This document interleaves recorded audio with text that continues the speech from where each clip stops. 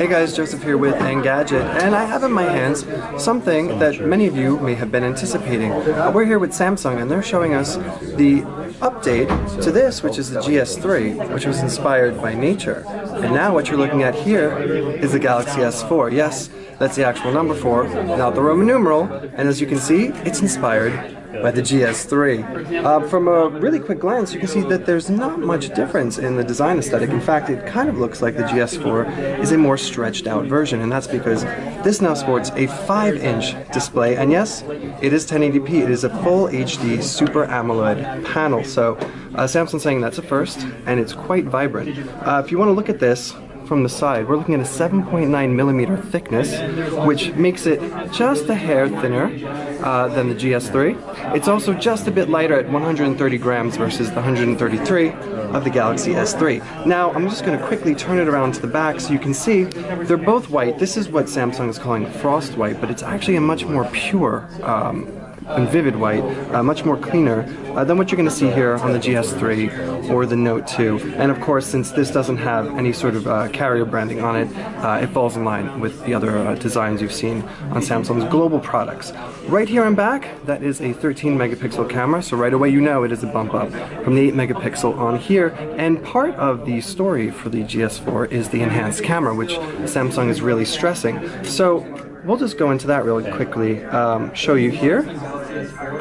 You can hear the little sounds, they're no longer water inspired. Then we'll go straight into the camera and you can see that it has an interface that it borrows, we tap here on mode, from the Galaxy camera. So you're looking at the mode wheel that you can scroll through. You have options for panorama, something Samsung is calling erasers, so that if there are photo bombers in the background, as you can see highlighted here in pink, or sort of noise or motion blur, you can take a couple burst shots, tap on that highlighted portion, and remove it from your final shot. Now, the other big innovation in the camera is that it does a dual recording and dual shot mode. So if you want, you can go ahead and tap this icon, and what it's going to do, we can affect it, is it's going to pop up an option over here which we can scroll through a template. So this is the stamp option, but you can do oval blur, there's a heart shape, and what it does is it'll take the front-facing image and it'll put it there, which we can also swap around if we tap on this icon.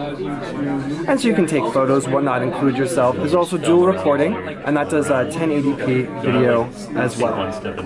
A few other notable things that come in the camera portion are Cinema Shot, which will allow you to use a burst mode, basically. And another notable thing that the camera software includes is Drama Shot, which will use burst mode basically to create an animated GIF for you. There will also be something that they're calling Sound and Shot, which will take a still photo and do about up to 9 seconds of audio. So let's just take a quick tour of the front face of the device, since we haven't gotten to that before. So up here you can see there are a range of sensors. That's the 2 megapixel front-facing camera. Down here, the same sort of home button layout, except the home button here is a bit blockier. It's more rectangular. It doesn't have that sort of stylized curving of the GS3. And again, the capacitive buttons for back. Let's see if we can turn it on. For back and for the taskbar are there, but they're hidden when you're not affecting them. Over here on the right, you can see there is the volume rocker and a little notch here to pull off the removable back. And we should note that underneath there's a 2600 milliamp hour battery, which is again just a slight bump up from the GS3. And if you're sort of getting the notion here that this is just an evolution to the GS3, well, you've cottoned on to exactly what the GS4 is overall. Down here you can see the speaker grill, same allotment as you're seeing on the Note 2. And then here on the left side is a more elongated, it's a bit thinner, more refined looking volume rocker. At the base, you have your micro USB port that is also MHL compatible. Now, the phone will come in 16, 32, and 64 gigabyte iterations. There's also the option for micro SD expansion up to 64 gigabytes, so you should have more than enough memory. Now, one of the things you're probably all wondering is what exactly is the processor inside? And right now, we can't specify the whole story because Samsung hasn't shared that with us yet, but we do know that there will be an Exynos 5 Octa version and some unspecified Snapdragon. It's all depending on regional availability. And as this is a global pre-production model, we can't specify just what we're using. But as you can see, navigation is pretty smooth, although it doesn't seem as mind-blowing as an Exynos 5 Octa should. Alright, so a couple of other new innovations that Samsung's put in here, and we're going to see if we can show you, is a bunch of gestures. They're building upon what they did in the GS3 before, and so you're getting things, maybe if we can pull up Flipboard, we could show this to you. It's building it right now. But you can actually go ahead, and if you tap, or actually if you hover, AirView now works with your finger. As you can see here, we had to get pretty close, but it'll show up a preview. Just hover over Flipboard and you can see it pulls up preview, and then if we hover very closely on one of those, it should affect bringing up the actual article. Now another thing that should be enabled, and you can go ahead and if you pull down for notifications, you'll see this icon grid here. You can go ahead and turn all these on and off. It's a very simple way to toggle them, especially for users that might be overwhelmed by what you're seeing. And while we're in here, we can just go through it really quickly and show you. You still have S-Beam, you still have NFC, you have AirView, which is enabled, which allows you to sort of hover your hand, Air Gesture, which allows you to hover over, up, down, left, or right to scroll through articles. AirView Smart Stay, which unfortunately does not have the eye tracking you've all heard about.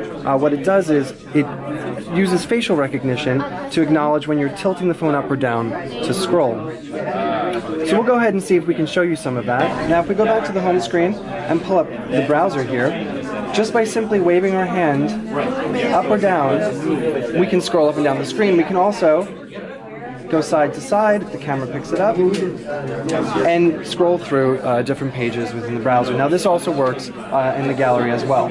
A couple of other software features that Samsung has sort of crammed onto the GS4 is S-Translator, which it's baking into a bunch of apps, which will come with support for 10 languages, and also something they're calling S-Help to effectively make the GS4 work as a pedometer for you.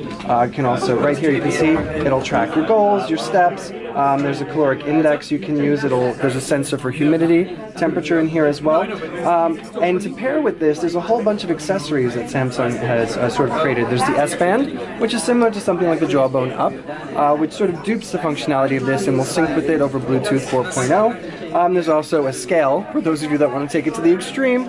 And we should note, just in general, as an accessory, the new flip cover for this looks much similar to the Note 2 and GS3, except it has a cutout preview window here, which will let you look at your alerts, any sort of notifications, look at music, and as well as reject calls. So, for now, we know that the GS4 will be launching in Q2, and in the US it will be on all the major carriers, so that's AT&T, Sprint, that's T-Mobile, that's Verizon, as well as on Cricket and US Cellular. Again, we don't know what regions are going to be getting the Exynos 5 Octa or the Snapdragon variants, but Samsung will elaborate that on a bit later. So that's it. This is the Samsung Galaxy S4. Joseph with Engadget. Thanks for watching.